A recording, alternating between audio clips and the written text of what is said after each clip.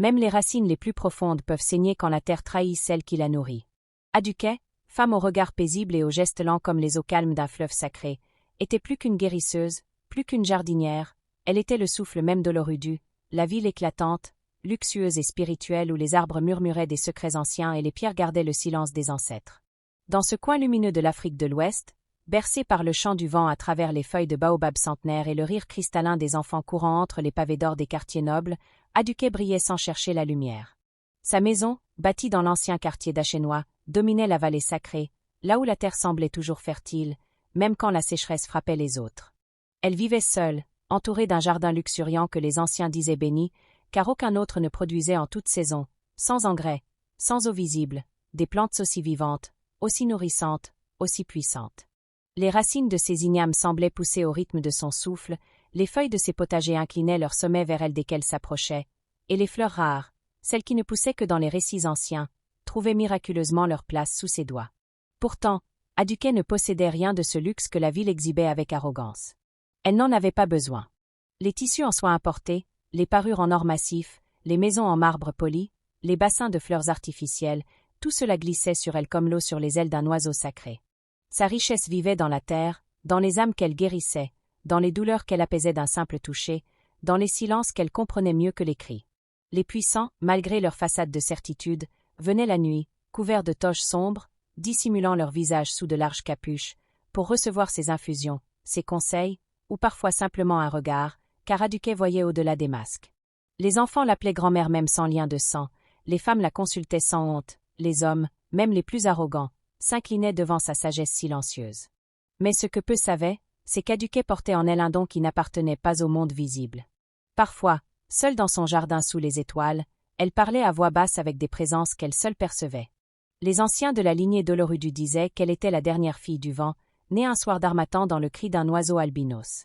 Il n'était pas rare qu'après ces murmures nocturnes, un arbre jusque-là stérile donne subitement des fruits ou qu'une femme infertile tombe enceinte dans la semaine.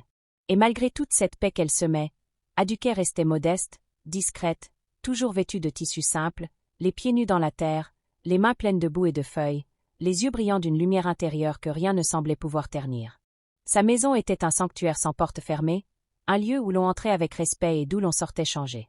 Au milieu de ce quotidien d'harmonie et de racines profondes, un événement marqua une rupture subtile, presque imperceptible, mais lourde de sens. Un soir, alors que le marché royal fermait ses rideaux de soie, Aduquet croisa le regard d'une enfant abandonnée, assise à l'entrée du temple des esprits silencieux. Elle avait la peau poussiéreuse, les cheveux emmêlés et les yeux vastes comme le ciel juste avant la pluie. Elle ne disait rien, ne pleurait pas.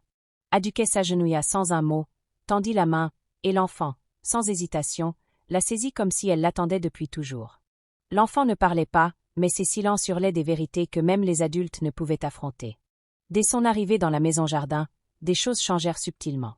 Les arbres frémissaient d'une manière nouvelle, les feuilles des plantes vibraient même sans vent, et la lune semblait s'attarder un peu plus longtemps au-dessus de la toiture ancestrale. Les nuits devinrent plus profondes. Parfois, dans son sommeil, l'enfant murmurait des phrases dans une langue oubliée. Aduquet écoutait sans interrompre. Elle savait que l'enfant n'était pas muette. Elle attendait juste que son âme retrouve les mots qu'on lui avait volés. Pendant ce temps, les riches d'Olorudu, ceux qui vivaient dans les hauteurs avec vue sur le fleuve sacré, commençaient à murmurer. Certains disaient qu'Aduquet devenait trop puissante, qu'elle savait trop de choses. Une rumeur glissa parmi les salons parfumés et les terrasses dorées. Elle aurait vu dans les songes la vérité sur l'origine de certaines fortunes, des terres volées, des serments brisés aux ancêtres, des pactes passés dans le sang. Mais personne n'osait l'accuser directement. Elle était respectée, crainte, mais trop ancrée dans l'âme de la ville pour être écartée sans conséquence. Un chef influent dit un jour dans un conseil fermé « On ne coupe pas l'arbre qui abrite l'esprit du village, sauf si l'on est prêt à dormir sans rêve jusqu'à la fin des temps. » Pourtant, l'inquiétude montait, car Aduquet, sans rien dire, regardait de plus en plus souvent les hauteurs avec une intensité nouvelle. Elle sentait la terre trembler sous ses pieds, non par peur, mais parce que quelque chose venait, quelque chose d'ancien, d'inévitable. Les jours suivants, des signes apparurent. Un oiseau blanc se posa 3 fois sur le même figuier, une pluie soudaine tomba uniquement sur sa maison, une fissure invisible traversa le muret de son sanctuaire, celle que seuls les initiés pouvaient voir. Les enfants cessèrent de jouer près de son jardin, non par peur, mais par respect muet. Aduquet continuait de sourire, d'arroser ses plantes, de parler doucement à l'enfant, mais ses yeux n'étaient plus les mêmes. Ils étaient devenus des miroirs tournés vers l'intérieur, des miroirs qui avaient vu trop de vérité pour les dire à haute voix. Un soir, alors que la ville brillait sous les lanternes de fête en l'honneur d'une ancienne victoire guerrière, Aduquet entra dans son jardin et posa une main sur chaque plante, comme pour leur dire adieu. L'enfant, silencieuse, la suivait à distance. Personne ne les revit après ce soir-là. Le lendemain, la maison était intacte. Rien ne manquait, rien n'était déplacé. Mais les plantes, toutes, s'étaient fanées en une seule nuit, comme si le souffle de vie leur avait été arraché. Au centre du puits sacré, celui qui ne se tarissait jamais, une tache rouge flottait doucement, oscillant au rythme d'une eau désormais muette. La ville se tut. Les rumeurs revinrent, plus sombres, plus graves. On ne trouva pas le corps d'Aduquet, ni celui de l'enfant. Mais ce jour-là, dans les quartiers des puissants, un vent froid se leva sans avertissement, pénétrant les murs épais, faisant frissonner même ceux qui n'avaient jamais connu la peur. Le jardin d'Aduquet était mort. Mais quelque chose, quelque part dans l'air, disait que tout ne faisait que commencer. La disparition d'Aduquet fut comme le silence soudain d'un tambour sacré au milieu d'une cérémonie ancestrale, un vide si profond qu'il semblait avaler l'air lui-même. Dans Olorudu, la ville belle et fière, faite de couleurs chatoyantes, de toits d'ivoire sculptés, de routes pavées luisantes et de cours ombragés par des flamboyants séculaires, quelque chose de subtil mais réel s'était effondré. Les jours suivant sa disparition, le ciel avait changé de texture, les oiseaux perdaient le nord dans leur vol, et les anciens restaient enfermés, parlant bas, le visage creusé d'inquiétude muette. Les plantes de son jardin, autrefois gorgées de vie, étaient devenues poussière et cendres, et même les serpents avaient déserté le sol autour de la maison. Nul ne s'aventurait plus près de la cour sacrée où résonnait autrefois la voix douce d'Aduquet. Les notables de la haute colline, ceux qui jadis sollicitaient discrètement ses bénédictions pour faire fructifier leurs terres, pour guérir des malaises sans nom, pour sécuriser leurs enfants contre les mauvais vents, évitaient désormais de prononcer son nom, comme s'il brûlait les lèvres. Mais tous, dans leur chair, sentaient qu'elle n'était pas vraiment partie. Quelque chose d'elle restait là, flottant entre les mondes. L'enfant recueilli, elle aussi, s'était volatilisée. Aucune trace, aucune empreinte, rien d'autre que son petit pagne en coton effilé retrouvé au pied du grand figuier. Pourtant, la nuit, les servantes affirmaient entendre sa voix, douce mais grave, comme habitée d'une sagesse que seuls les esprits possèdent, récitant des paroles dans une langue que personne ne reconnaissait mais que tous comprenaient dans leurs os. Peu à peu, des signes étranges commencèrent à s'accumuler dans la ville. Les vaches de certaines familles influentes refusaient de produire du lait. Les palmiers des grands domaines donnaient des noix vides. Les griots perdirent leur chant et les tam-tams, même bien tendus, sonnaient sourds, comme si leur peau refusait de vibrer. Au marché d'Obéa, l'un des plus anciens d'Olorudu, réputé pour ses étoffes fines et ses colliers d'or pur, une vieille vendeuse perdit connaissance en touchant un sachet de plantes séchées qu'elle croyait béni. Lorsqu'elle revint à elle, elle cria dans une langue éteinte depuis des siècles, les yeux retournés, la bouche écumante. Depuis ce jour, personne n'osa approcher son étal. La peur avait pris une forme invisible, rampante, humide. Mais les plus atteints étaient ceux qui autrefois se pavanaient dans les soirées parfumées de la ville, ceux dont la richesse reposait sur des secrets anciens et mal enterrés. Ils se retrouvaient seuls dans leurs salons dorés, les miroirs reflétant des visages qui n'étaient pas toujours les leurs. Ils entendaient des chants de femmes dans les murs, des prières résonnant depuis les sols, des tambours dans le silence. Certains tombèrent malades sans fièvre, sans symptômes visibles, mais avec des corps qui s'amincissaient, qui grelottaient même sous les tissus les plus chauds. Une femme noble perdit ses cheveux en une nuit après avoir rêvé qu'Aduquet lui caressait la tête en silence. Un homme, marchand respecté, tomba dans un puits vide, jurant que quelqu'un l'Y avait poussé avec douceur. Et toujours revenait cette phrase, prononcée par des bouches différentes dans des moments de perte de conscience. Elle ne dormira pas tant que ceux qui l'ont tué ne seront pas punis. À la cour secrète des anciens, un cercle d'hommes puissants se réunit dans la salle du Conseil du Vent, un lieu si ancien que même les pierres n'osaient parler. Ils parlaient bas, jetant des regards furtifs les uns vers les autres. Ils savaient ce qu'ils avaient fait. Car Aduquet n'était pas morte par hasard. Elle avait été empoisonnée, lentement, subtilement, par un mélange rare et ancestral, un poison qu'elle seule connaissait et qu'un apprenti jaloux avait volé pour eux. Ils avaient agi par peur.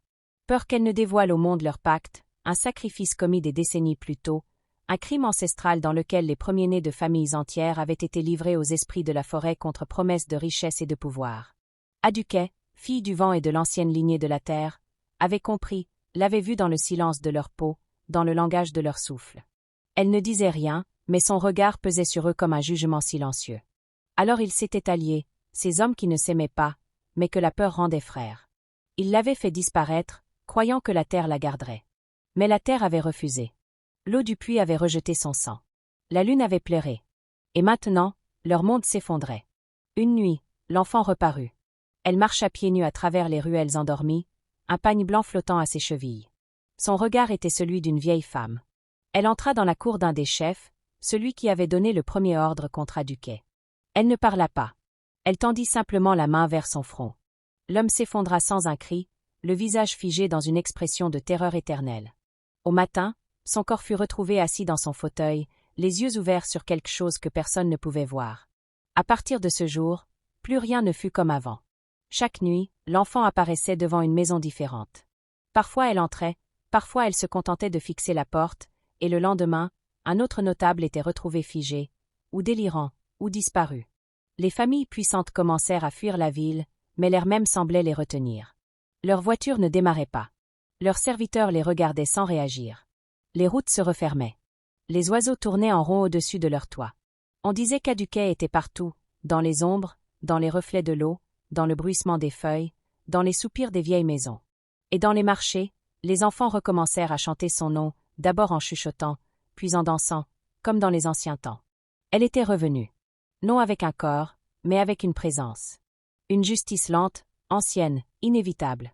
Les masques sacrés, conservés dans le temple des esprits silencieux, refusèrent de s'ouvrir pour la danse des ancêtres.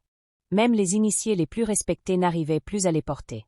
Ils étaient devenus lourds, froids, pleins d'une mémoire qu'aucun humain ne pouvait supporter. Et les anciens commencèrent à parler à voix basse d'un retour.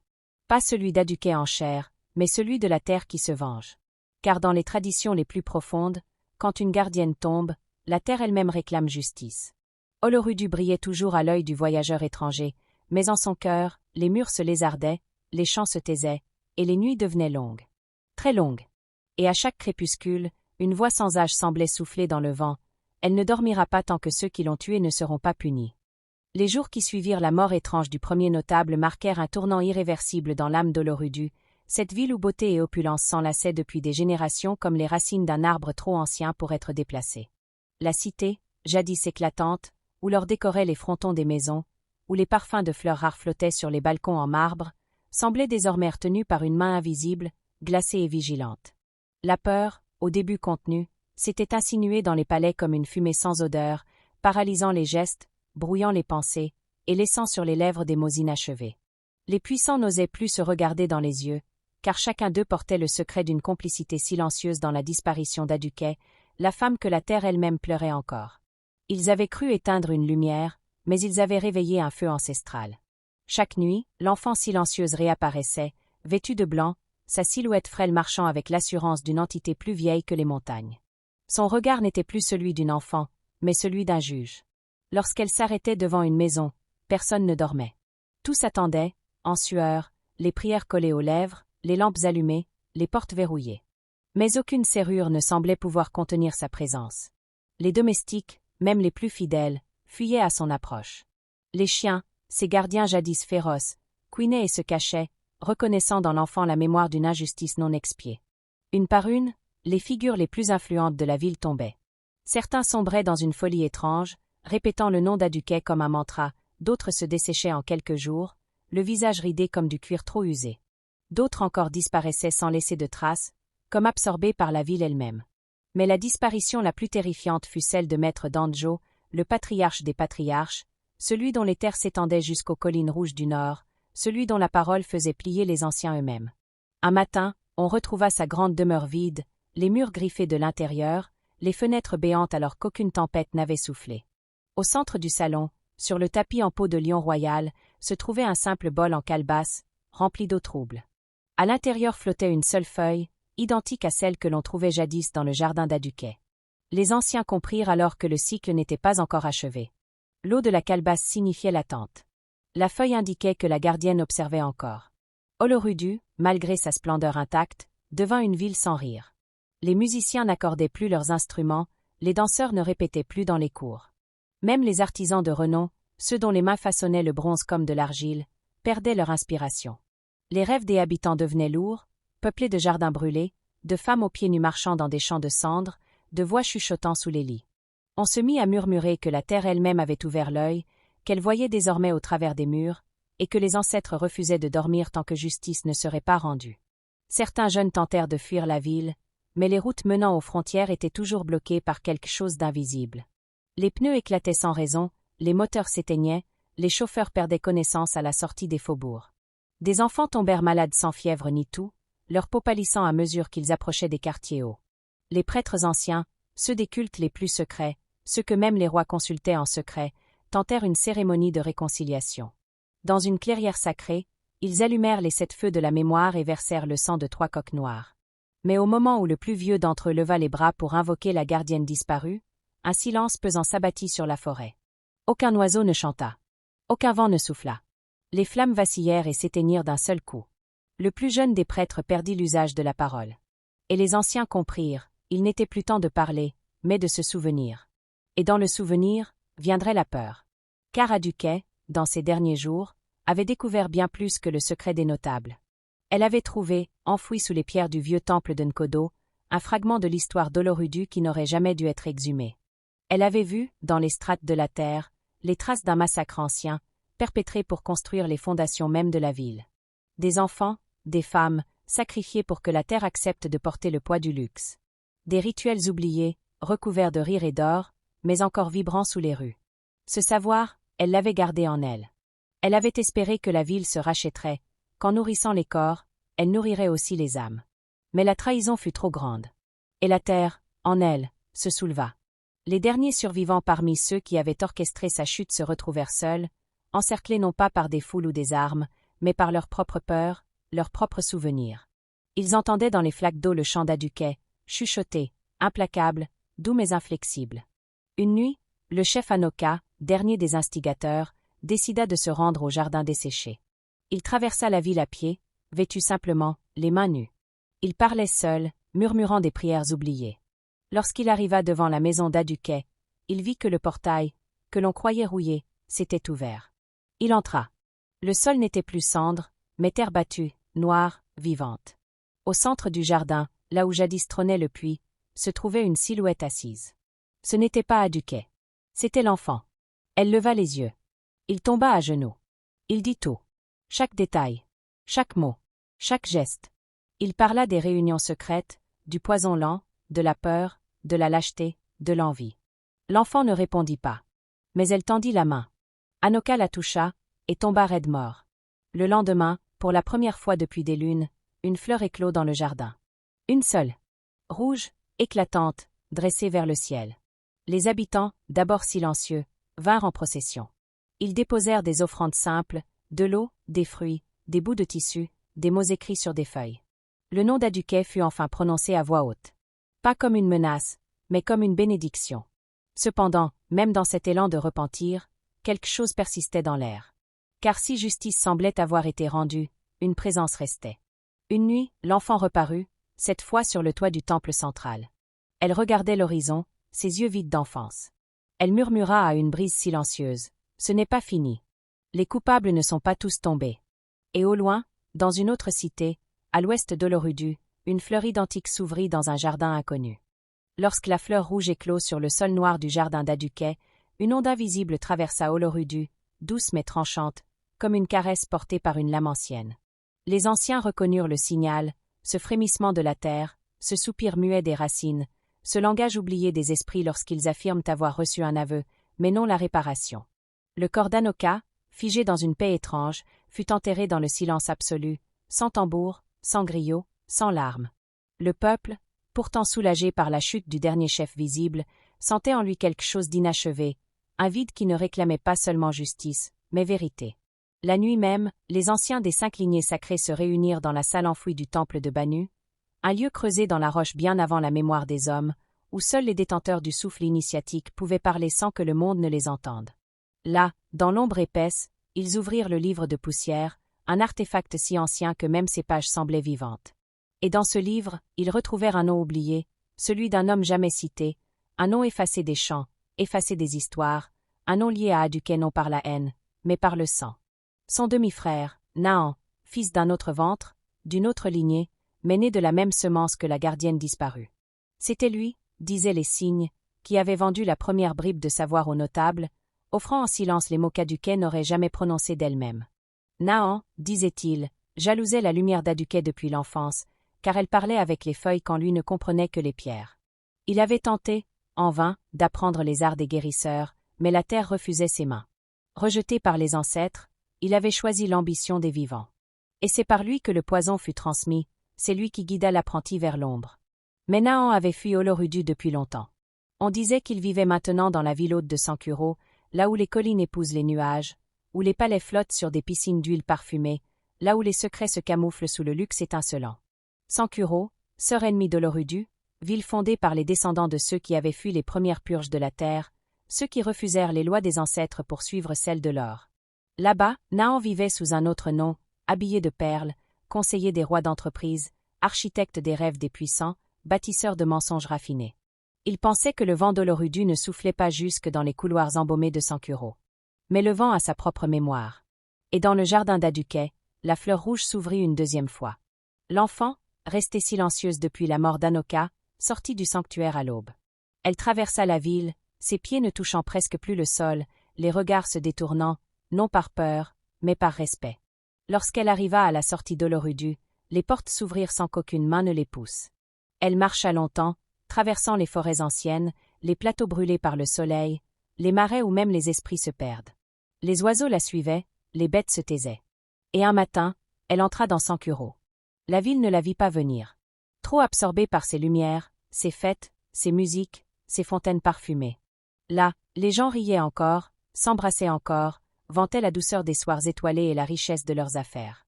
Mais déjà, sous les dalles blanches de marbre, la terre s'échauffait. L'enfant se tint devant la maison de verre de Nahant, une immense villa suspendue, construite au-dessus d'un bassin en forme de spirale, symbolisant la prospérité éternelle. Elle n'appela pas. Elle attendit. Nahant, en haut, sentit le froid pour la première fois depuis des années. Il se leva, s'approcha de la baie vitrée, et la vit. Il ne reconnut pas son visage, mais son cœur se serra d'un souvenir refoulé. Il voulut parler, mais sa gorge se ferma. Il voulut fuir, mais ses pieds restèrent ancrés.